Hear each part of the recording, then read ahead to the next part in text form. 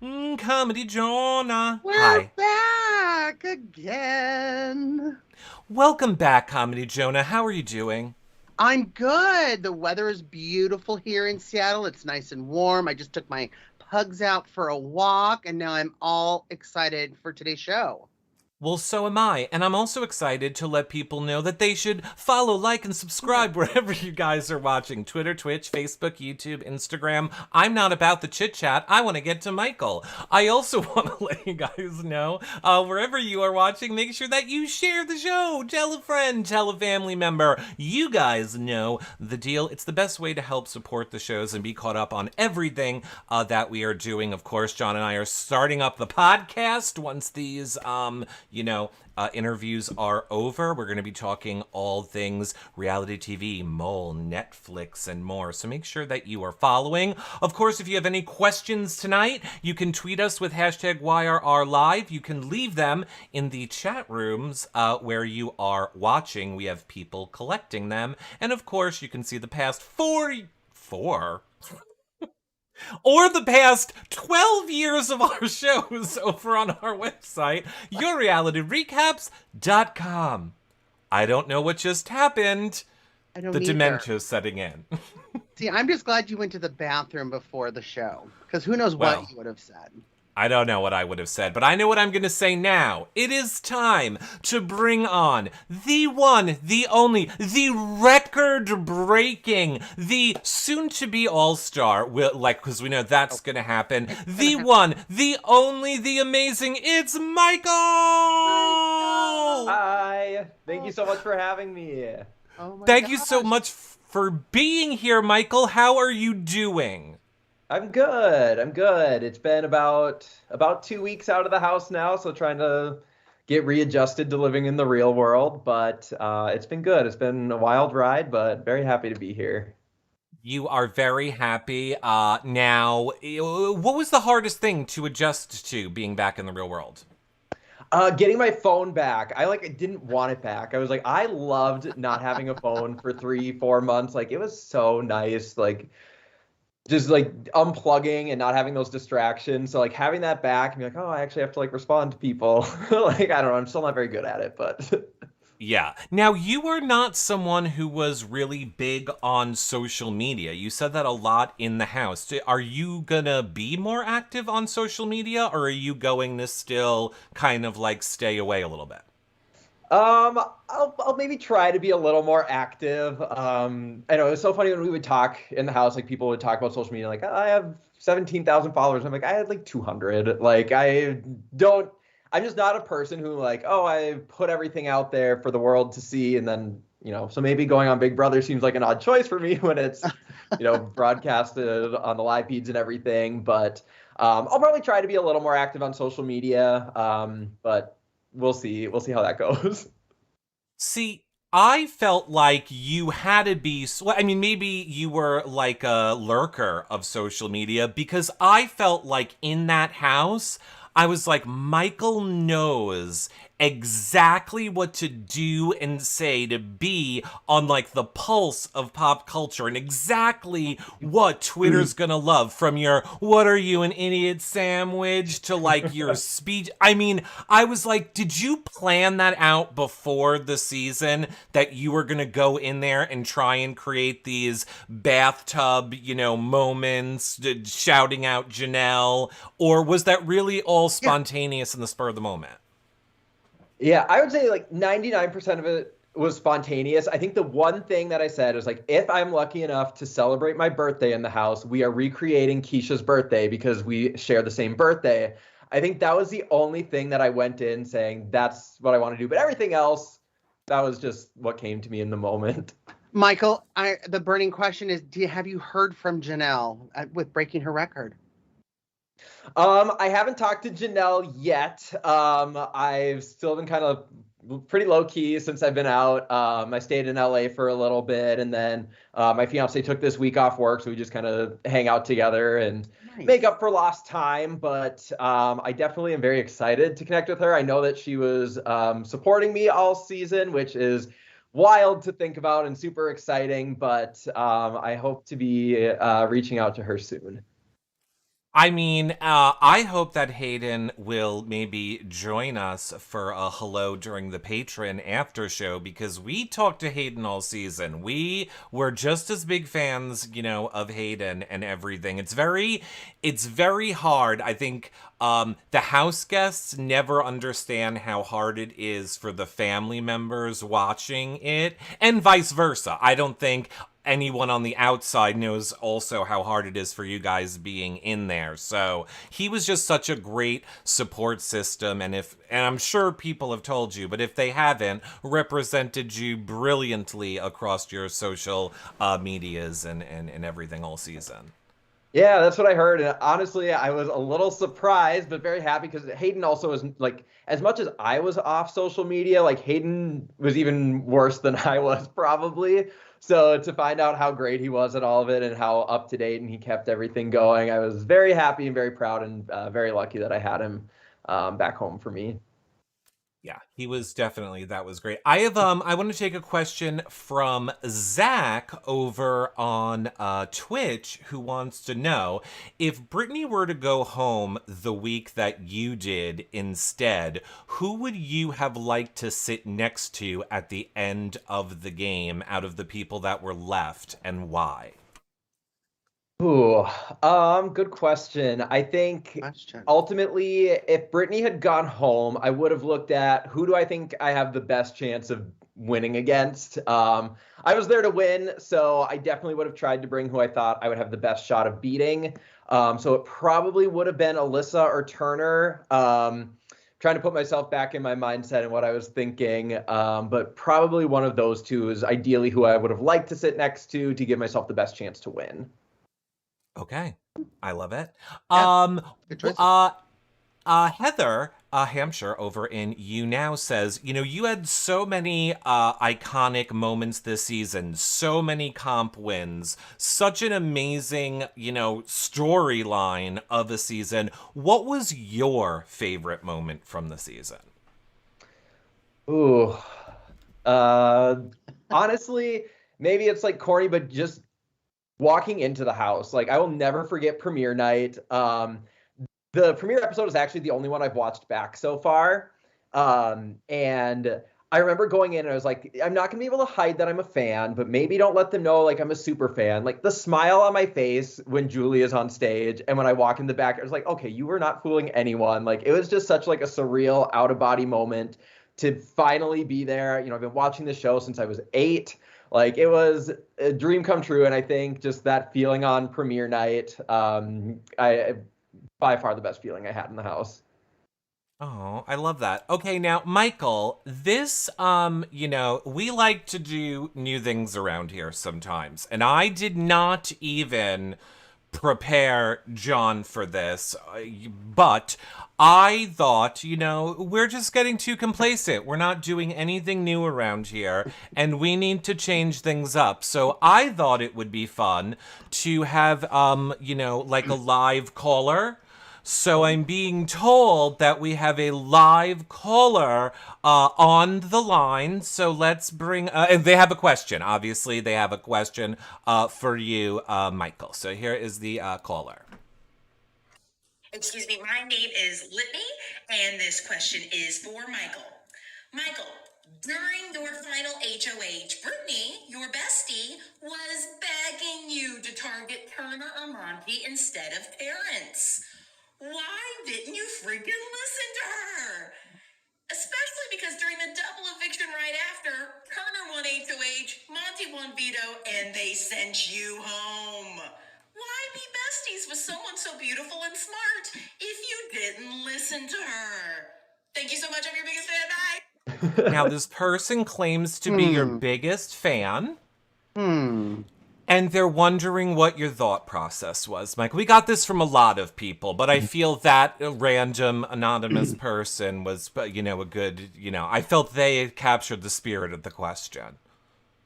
Yeah. Well, thank you, Litany. What a wonderful question. You sound incredible. From the sound and of your beautiful.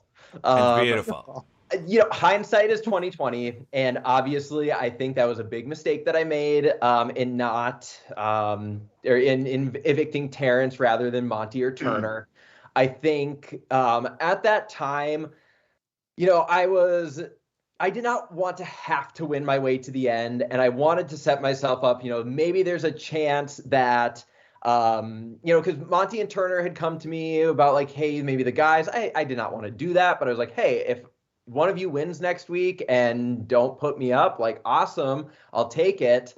There was also, some rumblings that people were talking about, as you get to the end, who they can beat. And a lot of people thought they could beat Terrence. And I was like, I know that if I'm sitting on the block, my chances of staying are very slim, no matter who I'm sitting next to, but I have no chance of staying against Terrence. Whereas, like, if Monty's still in the house, I knew that Alyssa was targeting Monty. I was like, so if I'm sitting next to Monty, Alyssa and Brittany, there's the 2 votes I need to stay, and maybe I can slide through one more round and win these competitions. So it was definitely trying to position myself for worst case scenario. If I did end up on the block, I think I definitely should have listened to Brittany. For the record, Brittany was right. As much as I like to say that I had a good read on the game, I think Brittany had even better reads than I did at times. And I definitely should have listened to her. So I guess I got what was coming to me because I was the one who went and she stayed. But that was kind of my thought process. I knew I was in a bad position no matter what. And Brittany and I would talk about it all the time, like even in the, Big Brochella week when Monty was on the block. We just didn't feel like we had good other options where we felt, that if I had thought, if Terrence were to pull out a win, that he would keep me safe, I might have been more willing. But Terrence that week, had basically been very vocal about how unhappy he was with me, said he's going to go poison the jury against me. Like, Terrence, I did not think was in my corner whatsoever. So I was like, if you're not in my corner and I have no chance of staying against you, at least maybe there's a slight chance here. And, Turner didn't put me up initially, and he swears that he didn't want me out. So, maybe it was my best chance. It wasn't good, but I do think ultimately I should have listened to Brittany. But isn't that a little odd that Turner didn't want you out? I mean, he knows he's playing a game, right? Yeah.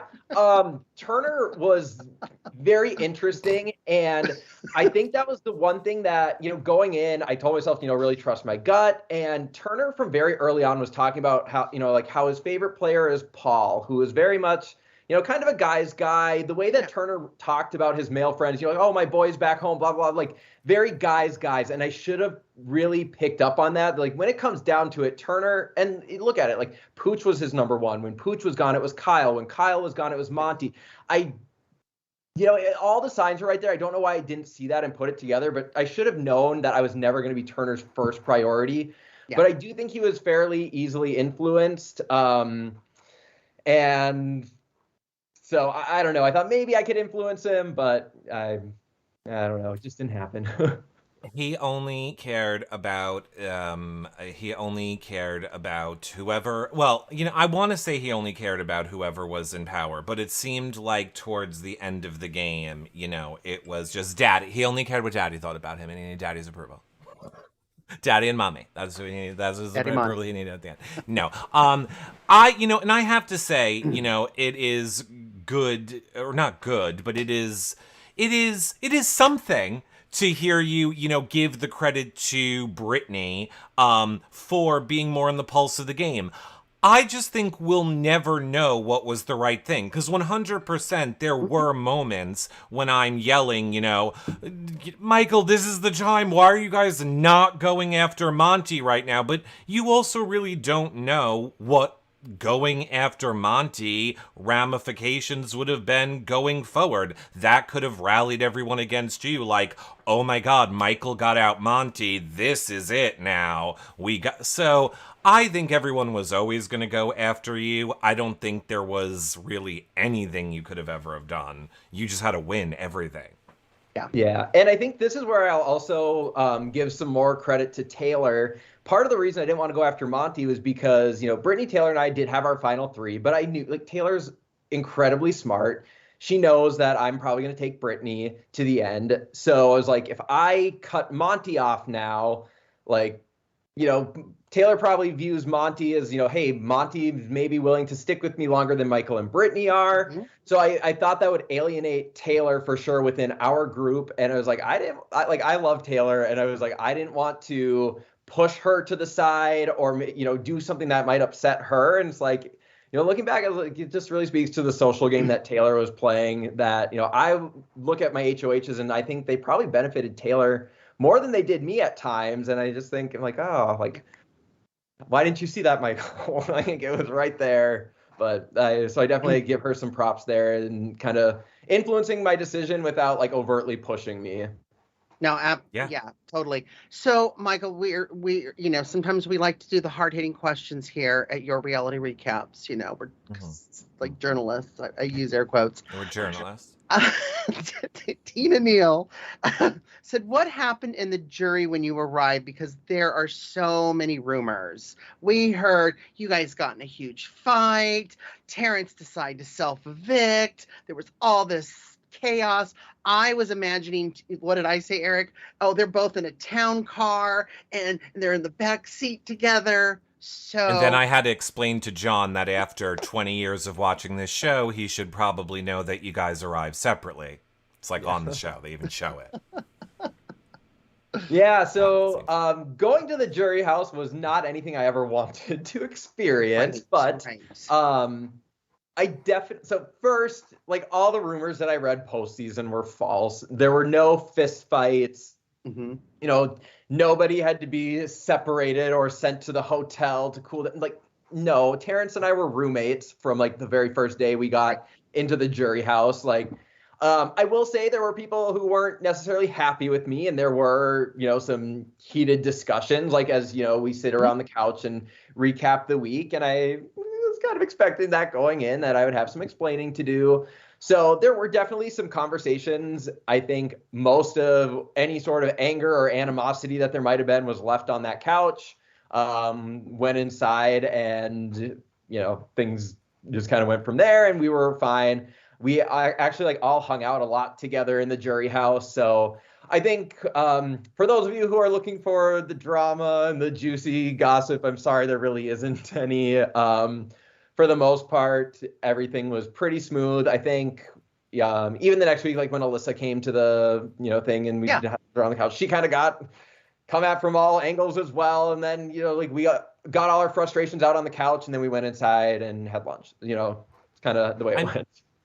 I mean, I think I'm not going to speak for everyone, but I think for me watching it as a fan, I did not understand how the jury and the end of the game was edited. Because when we left off watching, you and Terrence, I don't think that you guys at all fought, but I mean, you, rightfully so, I think all the fans were with you, were upset that he was manipulating the jury against you if you didn't keep him in the house. Not that you had a fight, but did you guys get to talk about that? Because obviously we didn't see it. So it's like one of those things that I felt was left unresolved for us as the viewers. Have you and Terrence worked through those, those feelings?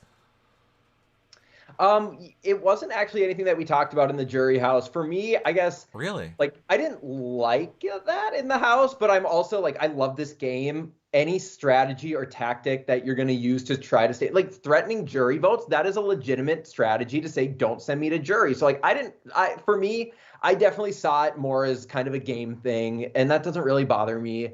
So I didn't really feel like I had any like unfinished business with him to address there. And that's the thing too, where I think sometimes people forget about this game is that the point of the game is to play to get to the end and, evict people in a way that makes them still want to vote for you in the end. So if you evict people in a way that when they have their final say, they don't want to vote for you, that's the way the game goes. And you need to play the game with each individual person on the jury. You need to manage those relationships. That's why we talk so much about jury management. And so like if Terrence was never going to vote for the person who evicted him, and he never said that, but like if that's what he was thinking, so be it. And I'll, try to explain logically why I did what I did, but I'm not going to respond Yeah. to the threat. Did you, because another thing that I think, well, I felt, I'm going to stop saying fans felt. People get mad when I say it. So I felt watching, not a lot of you in the house, not that you didn't have good jury management, but you, as a fan of the show, I felt nobody was like winding their soldiers up to go into jury to do battle. Like, yes, make them feel good when they leave, but I didn't really see anybody like, you need to go into that jury and fight this fight for me and try and change the votes. Did that ever cross your mind? Because, hi, Brittany, who's watching. There is one moment where I was like, should Michael just send Brittany out now so that she can go fight for him in jury? Like, did that ever cross your mind? Jury management was something that I thought a lot about. When I look at, the people who were the jurors, like Indy left the house saying, she's like, if you make it to the final two, I'm voting for you to win. So I didn't feel like I needed to talk to her about, rally the votes. And she was the first person in jury. And then because I sent Terrence and Jasmine out, like, what a slap in the face to them to be like, I'm sending you home, but go in there and get those. But like, if I were them, I would have been like, fuck off. Like, absolutely not. You don't get to send me home and then tell me, like, vote for me. And then obviously the way that Kyle went out, like, I was not about to approach that conversation. And I would have, it just wasn't something I was going to do. I think for me, if someone had tried to do that with me, anyone other than Brittany, I would have been like, no. And that only incentivizes people to vote you out. If I'm on the block and I say, I'm going to go and fight for you in jury, why would you keep me then? I'd be better for you in jury. So that's not anything that I wanted to do. And I really, honestly, my final two was always going to be Brittany. So it never crossed my mind to send her to jury to campaign. Right. Good. No, and I didn't mean like tell the people. Right. I meant, manipulate them into doing it. Like, oh no, I don't think the jury knows how good my game was. No. Only maybe someone could tell them. I don't know. Maybe I should have done something like that. I did try to use the Terrence, him saying that he would poison the jury against me as a reason for people to keep me in the game, because I was like counting out, votes against other people. And I'm like, this person and this person, like Alyssa, like Kyle's going to vote for Alyssa and Terrence is going to go poison the jury against me and blah, blah, blah. I'm like, I'm still sending him home. So like, I tried to maybe play that angle in the house, but maybe that is something I should have considered. But ultimately it didn't matter because I didn't make it to the final two. I'm sure that I'm just prejudicing it all, but there is, for me, nothing that I think you could have done better. I think if people were like writing the script of the movie of Big Brother, the way you handled that double eviction, I don't know what more anyone could have wanted. You were literally fighting for your life in every second. You didn't want, you just were methodical in just slicing to the point. And I, as, someone that has watched since season 1, is just like, this is the most brilliant gameplay that we've seen in forever.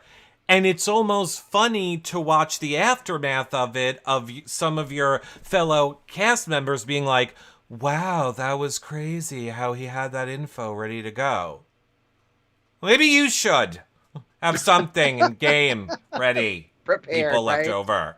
But I mean, that had to be frustrating in that moment, but do you at least take comfort in knowing you pretty much have your iconic moment cemented in Big Brother history? Yeah. Like, I think that's Akeisha's birthday moment. I think people will talk about that for forever of Big Brother. Yeah, it's crazy for me to think about that. I mean, going in, my goal was to win, but I was like, if I don't win, like, I love this game, and hopefully at the very least I can make some good TV for the fans, because, like, I was like, I want us to be a season that I would be excited to watch. Well, you did, because Steven in the YouTube chat says, how did it feel being the top 2 of America's favorite players? I honestly was not expecting that. And you got all my votes, by the way. Oh, I voted completely for you. That's it. Oh, Yeah.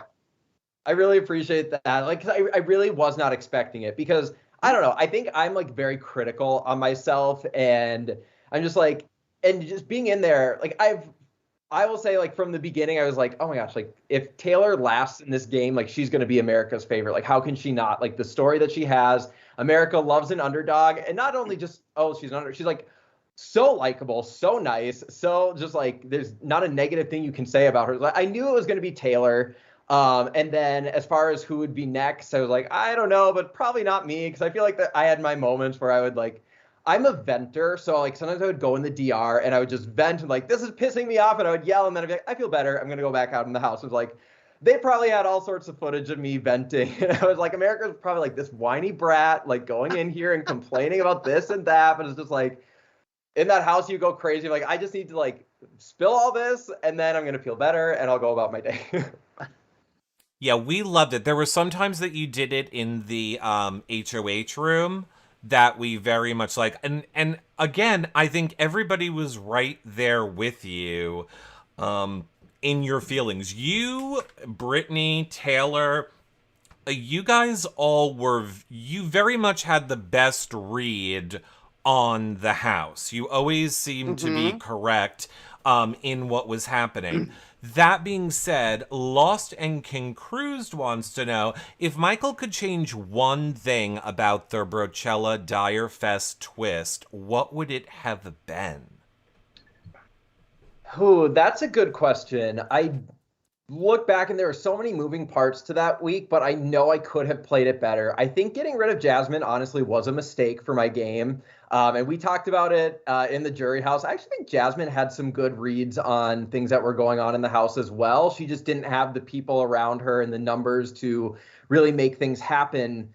I think getting rid of Jasmine was a mistake. In hindsight's 2020, what I was afraid of was that if I did get rid of Monty that week and Alyssa went home from Dire Fest, like, the leftovers are going to be pissed at me and I'm going to be the next one out. I thought keeping Monty in that week would give me more options, you know, keep me good with the leftovers, keep me good with this big Brochella Final Four.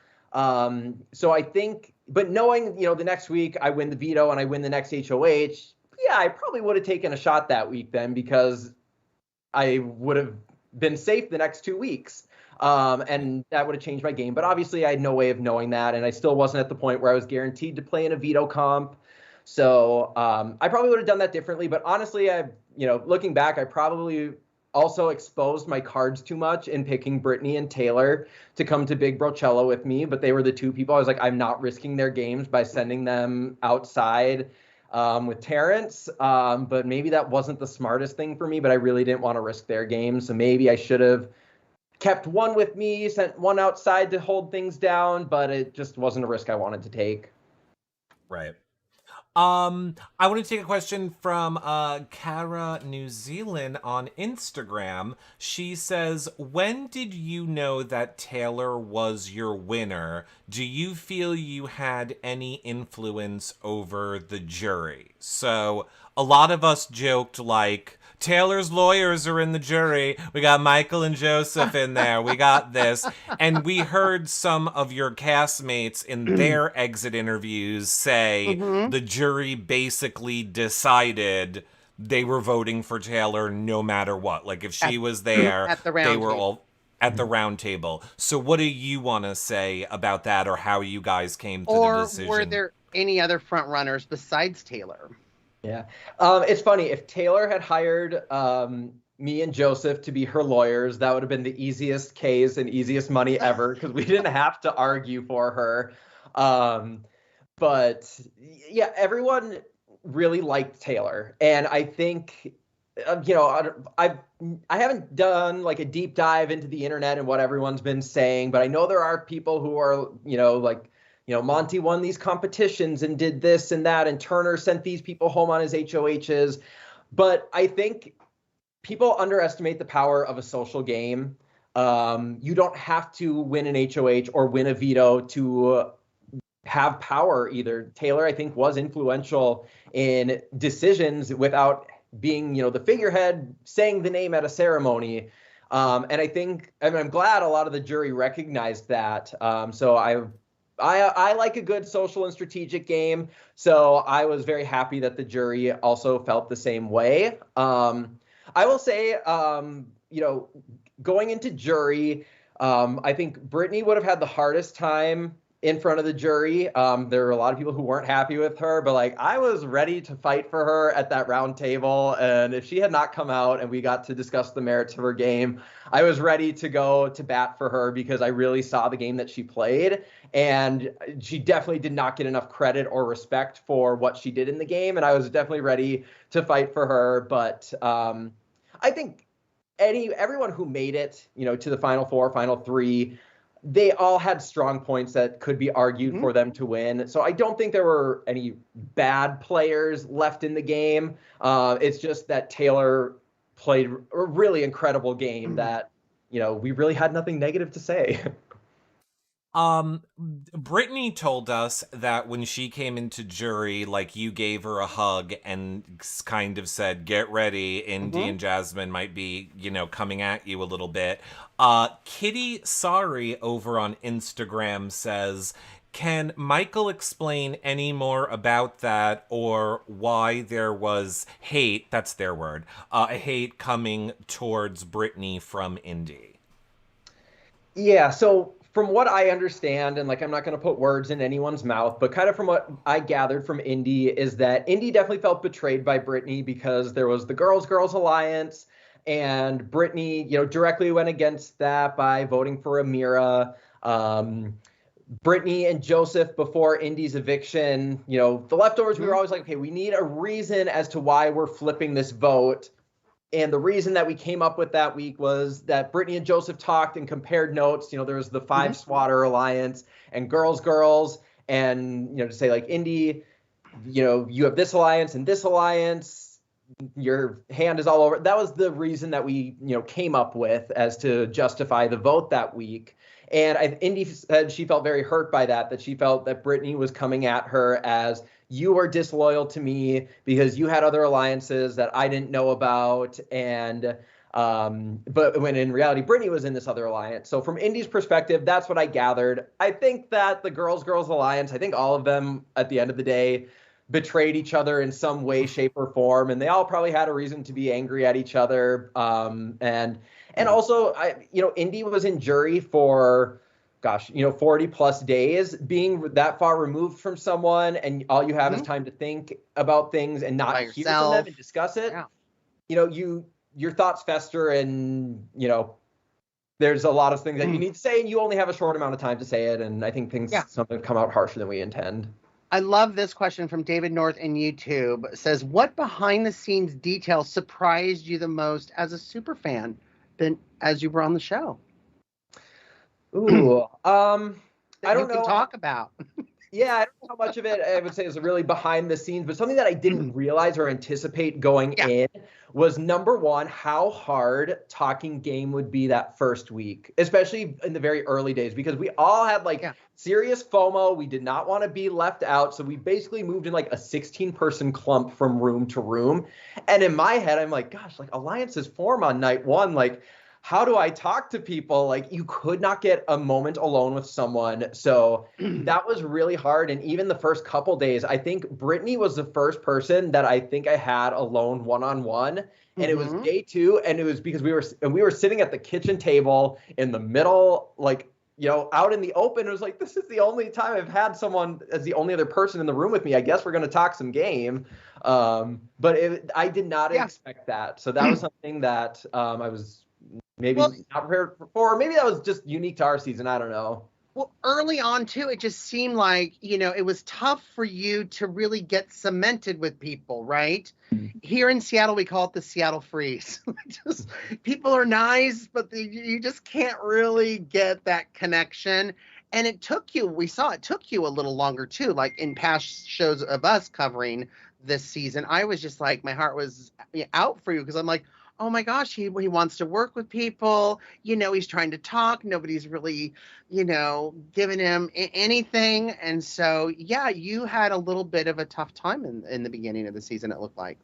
Yeah, and I think just naturally, I don't have a super aggressive personality. Hmm. I'm not a super passive person, but when it comes to Yeah. like groups and conversations, I do feel like I get talked over a lot because I'm not the person who like I'm gonna jump in and cut someone off and all eyes on me. Yeah. So I'm very much more of a listener. I want to make sure because like I don't know, not to get like too whatever, but like that's kind of been my experience in groups is that like I kind of like I sometimes get talked over and I don't want to make anyone else feel like that. So I like like when someone's like telling a story and no one's listening and they're talking over each other, like I always try to be the person like I'm gonna make eye contact with you, like I'm listening to you, like Yeah. don't feel like no one's listening, like, and that didn't serve me well because I think people were like, oh, he's not talking, he's not making an effort to engage or whatever they were saying, but it's just because like I'm a listener and I don't want to interrupt and be rude. I don't know. Right. You're listening to your clients, right? Like I'm a real estate broker, so I have to do the same thing. I have to listen to my clients. Yep. I Yep. was gonna Active say listening. I'm that. like, oh yeah. Yeah, Yeah. yeah, yeah. That is good. We love a lawyer that listens. That's what we want. Right. That is what we want. A listening lawyer. I love it. As a oh, I didn't see who it was from. But the question is, as a super fan of this show, if you could create one super alliance, I'm gonna make it be Ooh. of 6 people. Who would you want in it? Obviously, you're one of them. Okay, so 5 other people. And I'm gonna say, obviously you would want Brittany, but in this scenario, let's take Brittany out of it. Who would actually? I'll make it even Across, better. Can't be from your season. okay. Across all seasons, right, Eric? Across all seasons, who's in your super alliance of 6 people? And why can't it Ooh. be Michael's season? Why can't it just be the whole? Because then I'm helping him because he doesn't need to get phone calls of why wasn't I in your super alliance? Oh, Okay, that's so true. not your season. Yeah. Okay. Ooh, off the top of my head, I want a well-rounded alliance with people who are social, strategic, physical. So obviously I'm gonna pick Janelle. Janelle's my first draft pick. Like I love Janelle. So there's one. Tiffany Mitchell for sure. She's very strategic. I would die to play with her. Not Vanessa. You go Tiffany. Vanessa is on my list. She is in my top 5. Okay. Vanessa, I would say as well. Okay. I see both Tiffany and Vanessa as similar. They were both actually pretty good in comps. They were very strategic. So I would definitely want both of them on my side. I would probably pick, oh gosh, only two. I have to pick Rachel Riley. I am obsessed with her. Like I can't not pick Rachel. And probably DX from last season. I think he's really good at comps. He's social. So I think with that group of people, I think we could hold the power. And even if we didn't, we'd have the strategy to get ourselves out of some tricky situations. I love it. I also would always make sure that Rachel and Vanessa were in any alliance that I would be building. I agree. Very much so.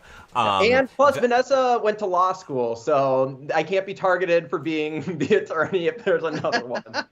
Well, I don't know if it'll make you feel any. I don't know that you'll love to know this, but Vanessa was rooting for you this season. Oh I my God. do still talk to Vanessa a lot, but I don't think we're ever gonna see her back and do anything Big Brother related. Unfortunately, she has her babies and her life, and she has moved on. She's a mover-oner. Very happy for her and everything she has going on outside here, but as a fan, that breaks my heart. I would love Yeah, to see no. her play again. And I think enough time has passed where she wouldn't be immediately targeted the second she walked in the door. Yeah. But Yeah. dang. Yeah. I got to meet her in Vegas, like doing poke. I don't know how to play poker, and she's like, I'm going to teach you. And there was just this one moment where I was like, Vanessa Russo's teaching me poker. Like, this is weird, and I'm gay, and I don't like poker. Can I go back to the slot machines now, Vanessa? Thank you. Okay. Amanda wants to know. Oh, no, I'm sorry. Southern Girl Jen wants to know. She's very interested to know in your epic walking out moment of, I have one thing to say, and then nothing and goodbye. Did you plan that? Was that spur of the moment? Did you always know you were going to do it? What was, the thought process behind it? It was kind of half and half. I always knew that if I was evicted, I did not want to hug people on my way out because it just always feels so fake and so forced. And I'm like, give me more time on stage with Julie. I will happily just walk straight out. And I was like, what do I say that That's people like don't smart. get up? So I'm just gonna tell them stay seated, and then like, I'm gonna leave them wanting more, and then not give it to them. So. I didn't even think of the it gives you more time with Julie part. Julie. I know. You just. My Like I mom- just That spent is- 65 days with all of you 24/7. Like we only see Julie for like 30 seconds on eviction night because she's popped up on the monitor. So I'm like, I want to go talk to Julie. That's Yeah. that's even smarter than what I- Eric was saying. Yeah. So it's not that you're not a hugger, it's just you felt the hugging would have been insincere. A little of both. I grew Okay. up like my family was not very like touchy feely, so like Well, hugs it's Minnesota. are like weird for me. I tried really hard because I was like, gosh, like Michael, you got to be kind of like touchy feely in the house, and like that's just really not me. Like I'm not offended by it or anything. It's just unnatural from my upbringing, but I tried. But aren't No. cats kind of naturally huggy, feely? Right? Yeah, but see, cats are like soft and furry, and like I can pet them and grab them. But like other people, like I don't know.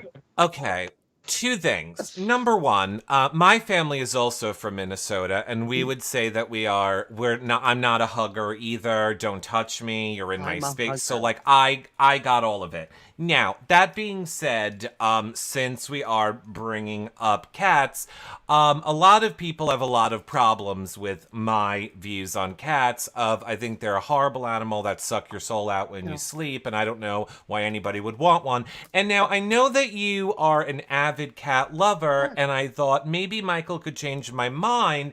So I had our team here do some extensive research. They pulled up a photo of your cat. Here is the little demon. And I was just wondering, Michael, why do you think your cat is better than my adorable dog? So first, I would just like to say that I am a cat person, but I also love dogs. You can have Correct. both. It is not a competition. It is. But I just like cats are so like they just have such personality and they're sassy and like you have to earn their love. And I don't know, they're soft, they're cuddly, they purr, they like have they to like, earn it. beat on you and they like make biscuits and it's just Mhm. they're just so cute. And like I say, people who hate cats probably have not had a cat. Like I grew up with them and like they're just I don't know. They're just so nice. They're so, Okay. You're a huge Big Brother fan. Do you also watch Canada? Do you also of watch? course. Okay, so oh my God, she's gonna murder me. Why am I not remembering her name? Okay, oh my God, she's gonna kill me. Anyway, there was the one girl, Paris's season, the one that Paris won. Oh, I can't remember who it is. They cut to the video of like her roommate. So Arissa was like, and let's go to your roommate. And now the roommate is there in front of the like laptop and she's like, it was Mandy. Mandy? Maddie. It was Maddie. So the roommate's like, oh, I'm so happy that Maddie did great. As the cat jumps on the table, do you remember this? And starts clawing at her face, and it's live, and she's like, sorry, Arissa, the cat's killing me right now. And this cat is literally destroying her. That is why I don't trust cats, amongst many Because other she reasons. didn't earn the cat's love. We just discussed please. it, Eric. Yeah, you have to work All right. for it. And then You it's have much to more work. satisfying when the cat chooses you and like doesn't even want to like be around anyone else. Oh, so much more satisfying. Yes, absolutely. You know, dogs do that too without all the clawing at your face. Yeah, I love Well- dogs too, but Okay, fine. As long as you're also a dog person, then I will accept oh my gosh, it. so funny story, I'll make it quick. I would ask in the diary room just about like every day that I was in there, like, can we get a cat or a dog in the house? Like just for like a day, maybe a full week. I asked so much and they're always like, we'll see what we can do. And like, obviously we didn't get one, but I was dying for some pets in that house. And Miji on YouTube wants to know, Michael, would you do any other shows like Survivor or Amazing Race?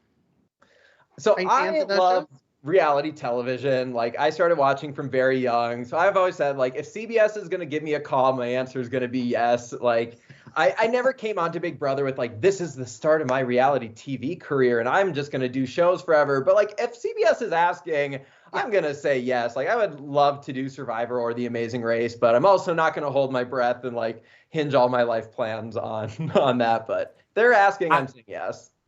Okay, so two things, Michael. You don't have to go fast at all. Those are the stories that we all want.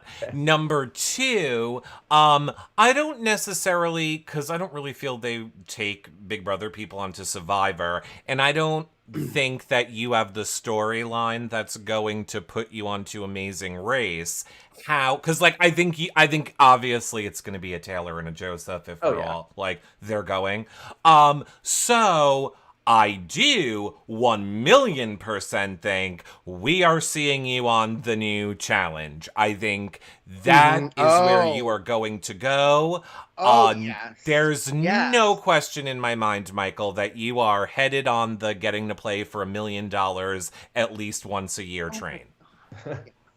I mean, I haven't been able to catch up and watch the CBS Challenge spinoff. I watched the MTV one and I was like, I like the daily challenges look like so much fun. I am there. The eliminations, I'm like, I probably would break and snap in half, but I would still do it. So again, you would still do it.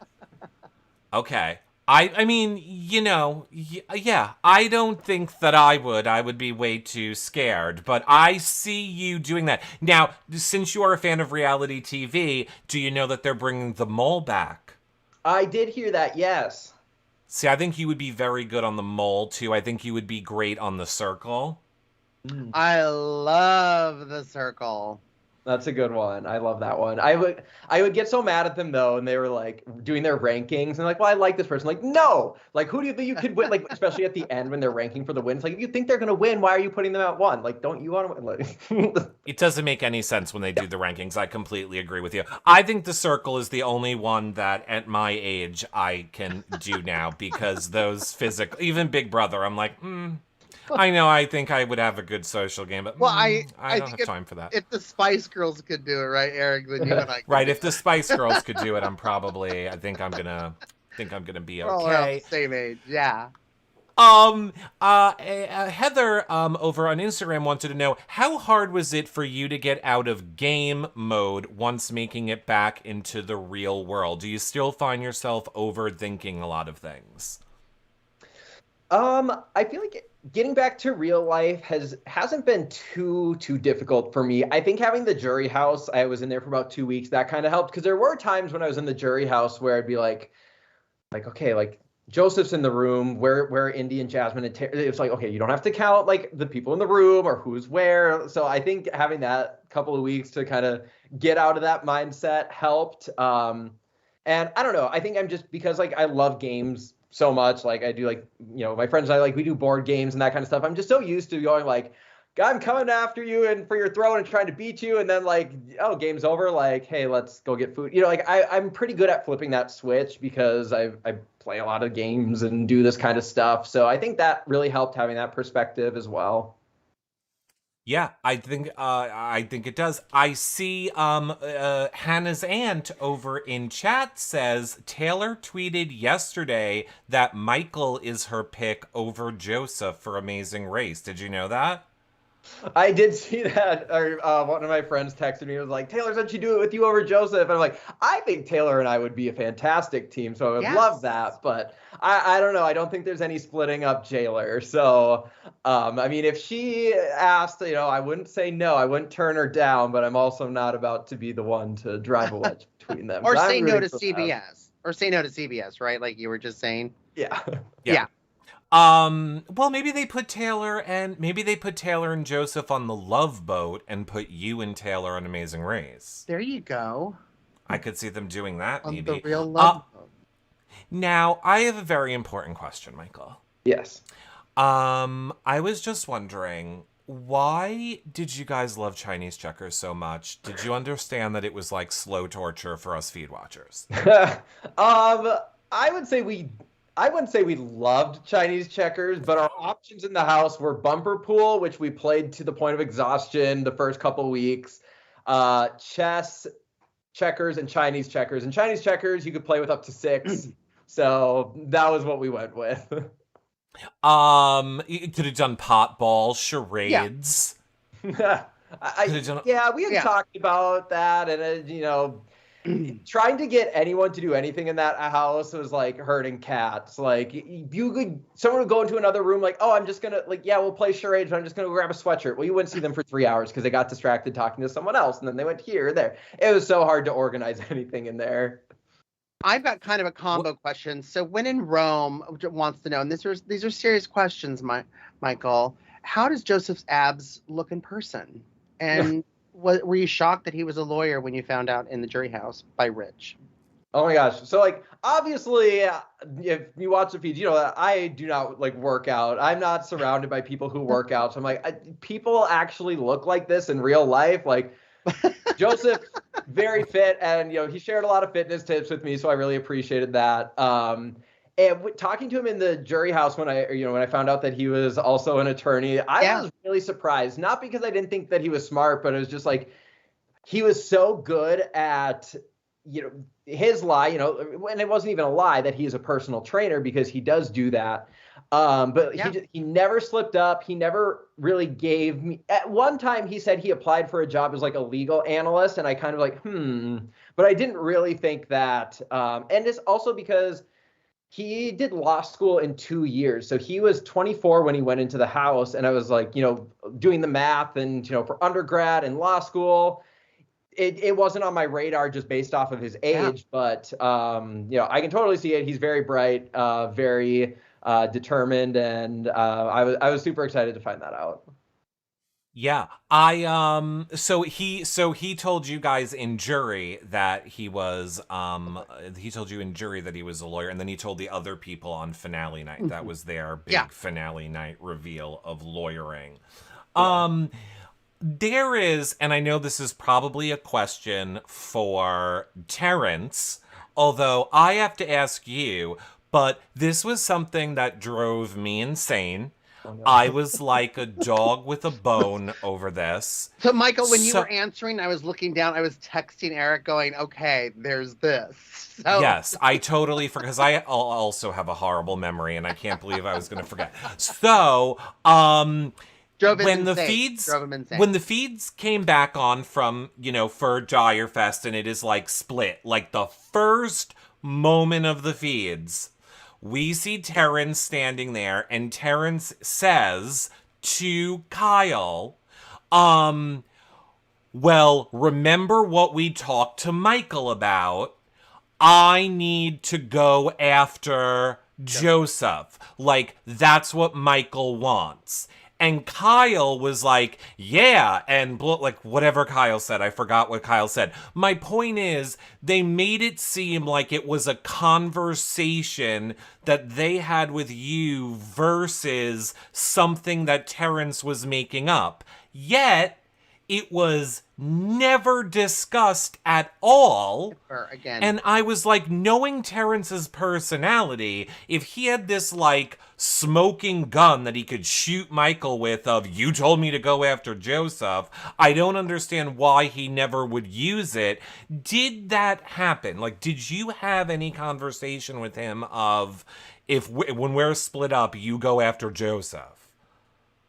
Not that I recall. I don't want to say definitively no, but I'm pretty sure that never happened. I remember, so the week before Dire Fest was when it was Terrence and Indy on the block, and Terrence's pitch was, I want to, shake up the game and go after big players, but he told me he would put up Kyle and Monty, and if one of them came down, he would put up Alyssa, which I don't know if that was actually true and that's what he would do or not. But I don't remember him ever saying Joseph's name. I don't think I ever said Joseph's name to Terrence. Terrence did try to whisper something to me when we were standing apart right before we made our picks that I legitimately could not hear, did not make anything out. So I have no idea. Maybe he said something there, but The closest thing would be that I told Terrence, like, yeah, I'm on board to shake up the game and get a big player out when he would give his pitch to me. But I don't ever recall, and I don't think it was ever, yeah, you go after Joseph. Because I think, and some people told me after, they thought that Terrence and I had an agreement that he would take Joseph out, I would take Monty out, and that was never a thing. Yeah, that's kind of like, I think that's what people were talking Yeah. about. That's the way he made it seem. It was very weird. Um, After your double eviction, Debbie Dawn wants to know, how upset were you to hear that you missed out in playing in a BB escape room comp? Oh, I was when Alyssa came to jury and played the footage. Not only was it an escape room, it was Horror Fest, and I love all things horror. So I was so disappointed I didn't get to play in that one. And then the veto that week was a puzzle, and the Final Four veto I knew was going to be the days. And like when I saw the comp, I literally was just like, oh my god! Like I think I was probably one week away from being able to win out to the end, just based on what the comps were and my knowing what my skill set is. I think I had a chance. Anything can happen, and maybe it wouldn't have happened, but I would have felt very confident going into a lot of those last competitions. Speaking of horror and liking games, are you aware or do you play Dead by Daylight? I'm not a big video game person because I'm worried that I'm going to get sucked in and get nothing done ever. Because there have been a lot of games like, oh my gosh, this looks so cool. But I'm like, I know myself. I know that you'll never see me again. Well, here's the thing, Michael. Dead by Daylight, you just play with classic horror killers across all, genres. And all it is you can either play as the killer. I love how I'm doing an ad for them. You can either play as the killer or 4 survivors. And they're just short little games. You have to, fix generators and get out before the horror killer kills your team. It's kind of like hide and go seek, but it's just short little ones. I play it. Derek plays it from last season. A lot of Big Brother people play it. I think that you would like it, is my points, because I know that you love horror. You would like it. But speaking of the Final Four comps, you got this question a lot. I'm going to take it from It's Their F on Instagram, says, Brittany had the days wrong when she was studying. Did you know that the days were wrong? Or I think a lot of people... I feel like we're saying at the time, did Michael tell Brittany wrong dates? What do you want to say about that? Brittany and I studied a couple of times together, and we would quiz each other. I don't remember her ever saying any wrong days, and I was never going to try to trip Brittany up on the days because especially when I was HOH, I was like, if the next comp is like a before or after or a mental comp, I'm not going to feed Brittany wrong answers so that she doesn't win this comp. So that was actually one thing that I thought about going out in the double that really killed me, and especially hearing how close she was in that Final Four veto. If Brittany and I were on the block together, I would have been like, obviously I'm going to do my campaigning, but we are locking ourselves in a room and we are studying, because if I go out, I want to make sure you know these days. If you go out, hopefully I have the days. And so that the fact that we didn't have that opportunity, and I think she told me the one question she had wrong in the Final Four was what day the Renfest veto was. And I was like, oh no, we would have studied that, if we had had that time. So it's just really unfortunate that it was the double that, took me out, because I think we would have had time to study together. And I definitely would have done that with her. Because if I was going to go out, I would have wanted her to make it. Yeah. Michael, how far along have you been watching any of your season at all? I know you've only been out for a couple weeks. I know Umper wants to know. Yeah. So we watched the premiere together, those of us that were in LA. We watched the premiere. That's the only full episode I've watched. I've skipped around to a couple of clips. I had to watch Turner's fall off the balance beam. I was like, I need to see this right now. Because in the moment, it was horrifying, because I was like, because from where I was standing, all I see is his head going down, and I can't, oh my gosh, I literally was like, Turner just died. Turner just died. And then he popped up and he was fine, but it was so terrifying. But I was like, I know watching it back, this is going to be something that they are going to put in slow-mo and replay. And because it was just so animated. I was like, I have to see that now that I know he's okay and I can laugh at it. I need to watch that moment. So that was the first thing I looked up. I love people falling too. I do. I don't. It frightens me. Well, speaking of clips, Joseph Collins says, the night of Pride Slide veto, you had the full attention of BB Twitter. That Cam talk was legendary. Have you seen the clip yet? I haven't. I think I know. I kind of remember. Actually, I kind of don't remember. I was going to say, well, we don't have it either, so don't ask us. Yeah, but I've been back on Twitter a little bit, and I've been tagged in a bunch of stuff, and I still have so many messages and stuff to go through. Like, oh my gosh, like I'm the person who like I get overwhelmed and like, oh my gosh, like the number of DMs that I have to go through. I open one and I like throw my phone across from like I can't go through all these, but I need to. That's my goal for the week is to start going through those DMs. So anyone who has sent me a message, I promise I'm not like purposefully ignoring you to be rude. It's just like it's a lot, and I'm trying to slowly ease my way in. Okay, we love that. Well, we're technically out of time. I want to ask you one or two more questions. Yep. Okay. I saw that you were getting from a lot of people about, was there any scenario where for you the voting would have been different? Or let's put it this way, who would you have voted for if in the end it was Monty and Turner? I would have voted for Monty to win. My vote for Taylor was not a vote against Monty. I respected both the games that they played. I think, in my mind and what I was looking for, I really appreciated the game that Taylor played and the strategy and the social connections. So that's why Taylor, it was a vote for her, not against Monty, but I thought Monty played a great game. And I know I said in a lot of my exit interviews and that I thought Monty at the time was probably playing the best game. I think that he got a little confident in the end. And ultimately the fact that I think he misread the jury. And that was a big thing that I had, that I wanted self-awareness in your game is really important. And that's why, thinking he had a better shot against Taylor than Turner, I was like, ooh, that was a big, misstep there that I don't think Taylor was making those kind of mistakes. But I really do think that Monty played a good game. And I always said it, from one thing, especially that I admire about his game compared to my own, was he did such a good job at managing his threat level.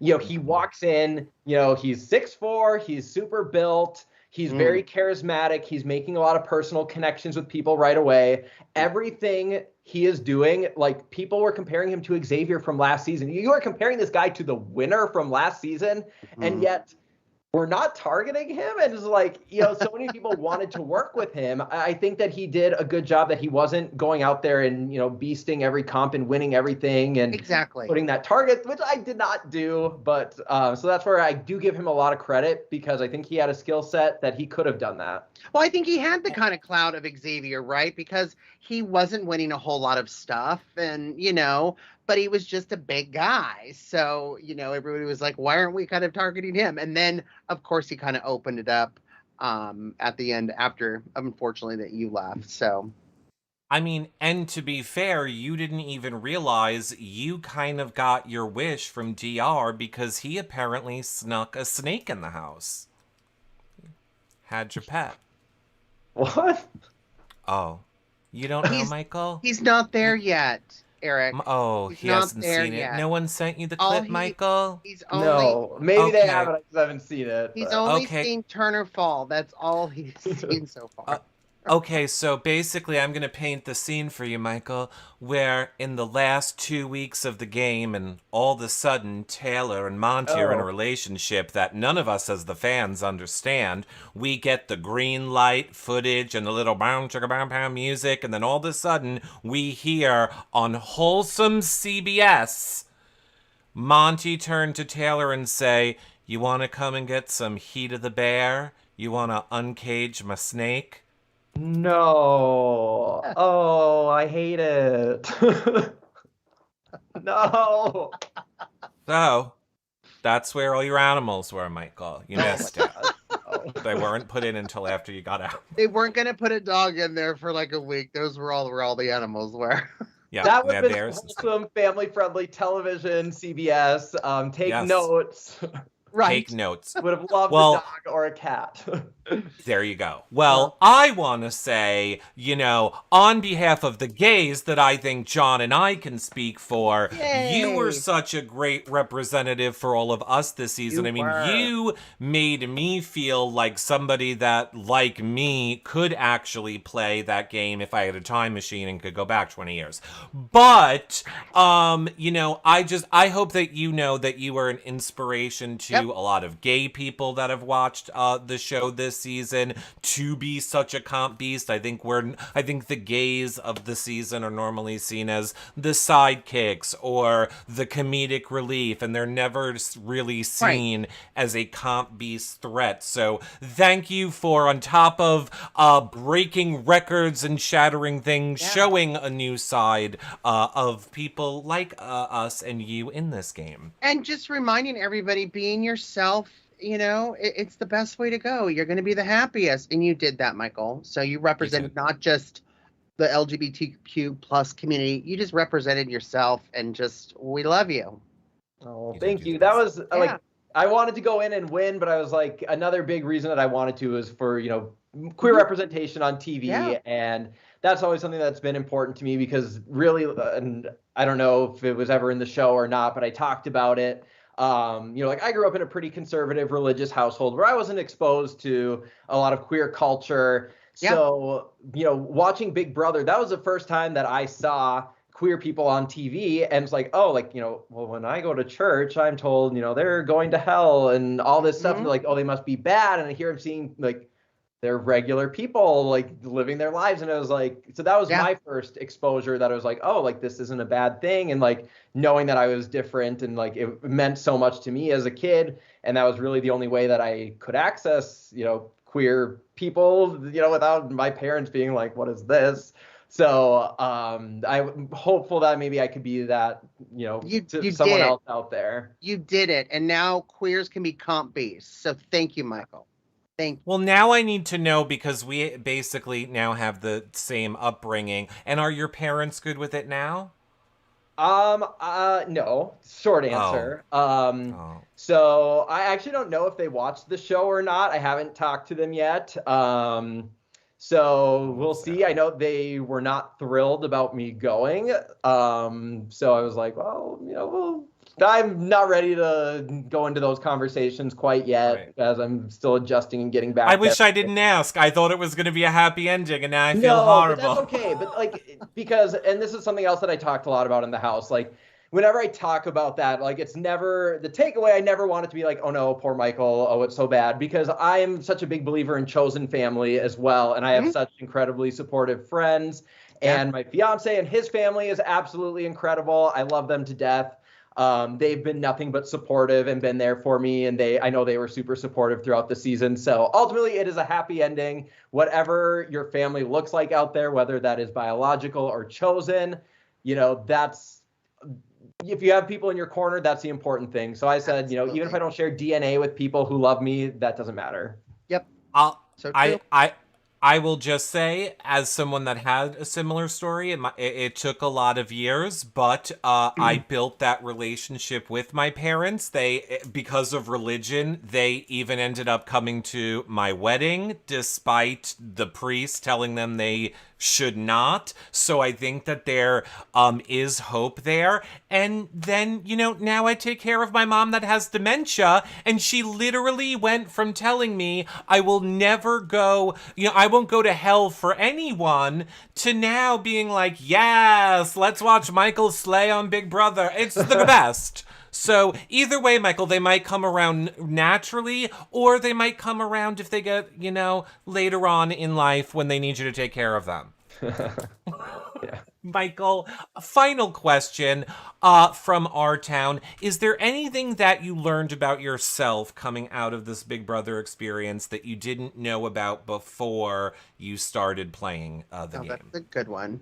I don't know. I pride myself on being pretty self-aware. I'm willing to be critical of myself. But one thing I think that surprised me about myself was I have always considered myself more of an introvert, and I was like, you know what? I need my time alone, all this kind of stuff. And in the house, I actually I had a lot of fun being around people, and like I don't think like I had no alone time, and there were a lot of people who would be like, I need to go lay down, alone for like an hour or two and recharge my social battery. And I never really felt like that. And that was a big surprise to me because that was something I was like, oh my gosh, like how am I gonna handle never being alone or like. Because I'm the person who like I love to do things with people, but also if plans fall through and get canceled, like, oh no, like I'm gonna stay home and watch Drag Race or something, like, oh darn, like, but in the house, so I was like, oh no, I'm gonna struggle so much there. But so maybe I'm more extroverted than I give myself credit for. Yeah, that would be my biggest fear, that I couldn't like recharge my batteries, right? Like I'm social, my job is social, everything is great. I do the shows like this, but I need to recharge. And when plans cancel, I'm like, oh, okay, phew. Where's my cocktail and where's Drag Race? Yeah. And I don't need to recharge. I just don't like most people. So I don't want to be around them. But Michael, for the people that want to be around you, where can they follow you on social media? Oh gosh, I'm not a social media person. I'm gonna have to like look up my handles because I legitimately do not know.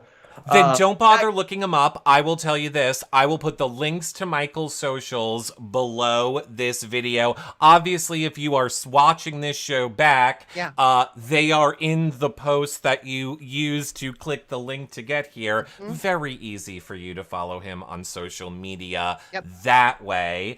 We hope to see so much more from you, Michael. I think it is a slam dunk that you will be on the challenge. That's just me wishfully thinking. I see no way it doesn't happen. I see no way you're not back for All-Star Big Brother. I think you will be our new Janelle. Oh my gosh. I have to respectfully, say I don't think there will ever be a new Janelle. Like Janelle is light years ahead of wherever I am or will hope to be. So like no one's coming for her, but maybe I'll take being second to Janelle. Okay, fine. But for us, I would love to be back and play again. Well, I think we will see it, Michael. I thank all of you for tuning in. Don't forget that we will have Joseph live with us tomorrow night at 6:30 p.m. Eastern, followed immediately by Taylor at 8 p.m. And then, of course, we'll have a short little patron after show with them as well. A little couples patron after show with Taylor. So we're going to go jump over to our after show with Michael for a few minutes now. And we'll see all of you guys back live tomorrow night with Joseph and Taylor, same place you guys are watching this. Final thoughts, John or Michael? Anything you want to say before we end it? I just want to say thank you so much to everyone who's tuned in to listen to what I have to say. I could talk about Big Brother for hours. So, and just thank you so much to everyone who supported me. This has literally been a dream since I was 8. So it really means so much that to know that I had supporters out there. So just thank you and keep watching Big Brother and don't try to get it canceled because some fans like to do that. Don't do that. Don't do that. Well, I would like to speak with you about the ball smashers of One of Three Things over in our after show really quickly, but we'll do that there. Everyone else, bye for now, everybody. We'll see you guys tomorrow night. Bye, friends.